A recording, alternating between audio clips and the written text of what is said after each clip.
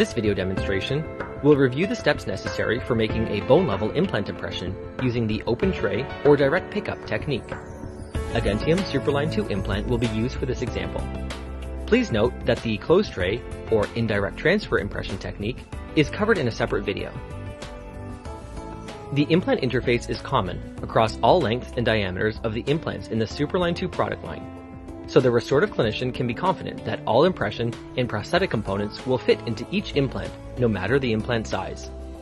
In addition, there is only one implant analog to choose from the catalog, which is universal and is used for all implants in the entire Superline 2 product lineup. Select an open tray impression coping from the catalog of the appropriate dimensions. The clinician has options to choose either a short or long coping length, a hexed or non-hexed interface, and 4 different emergence profile diameters. 2 of them are pictured here. A short coping may be more applicable for posterior applications or in patients with limited mouth opening, whereas a long coping may be better for anterior applications or in regions where a taller impression coping screw is needed to protrude past the incisal edges of the adjacent teeth. A hexed or engaging interface should be utilized for single unit prosthetics, such as a single unit crown, where implant timing is crucial to record. Non-hexed or non-engaging impression copings should be reserved for applications where implant timing is not critical to record.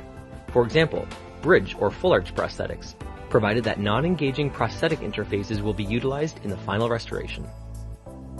The 4 emergence profile diameters of the impression copings have been designed to match the 4 emergence profile diameters of the healing abutments.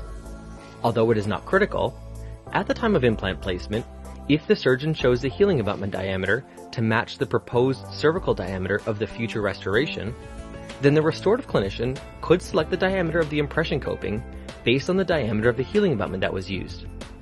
A wider impression coping could be used where a wider healing abutment was chosen, for example in a molar site, whereas a narrower impression coping could be used where a narrower healing abutment was chosen, for example in the premolar or lateral sites. For this video demonstration, an implant level impression of site number 9 will be made. A decision-making process for the selection of the open tray impression coping could proceed as follows.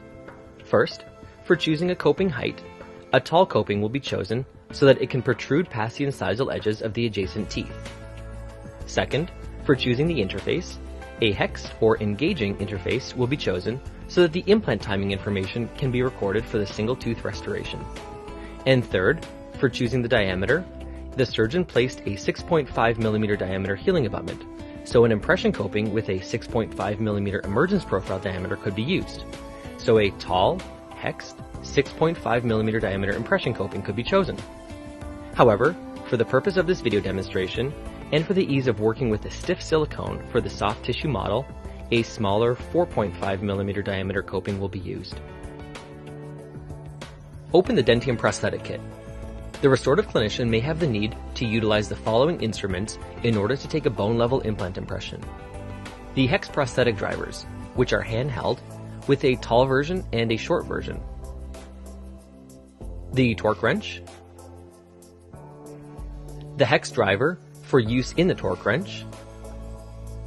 And the slot driver, also for use in the torque wrench. Inspect the healing abutment intraorally and ensure that any debris is removed from the hexed slot in the top of the healing abutment. Place a 2x2 gauze across the back of the patient mouth to act as a throat guard for patient safety. Select the prosthetic driver. The prosthetic driver utilizes a .050-inch hex with a friction fit interface.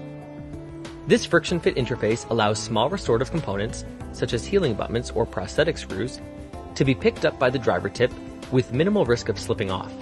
However, do not take the risk of carrying components into or out of the patient's mouth by the driver tip without the use of proper patient safety, such as a throat guard.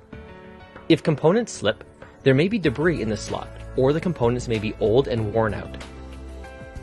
Insert the prosthetic driver into the healing abutment. Twist the prosthetic driver counterclockwise to unscrew the healing abutment. In some situations, it may be too difficult to unscrew the healing abutment by hand. In this case, select the torque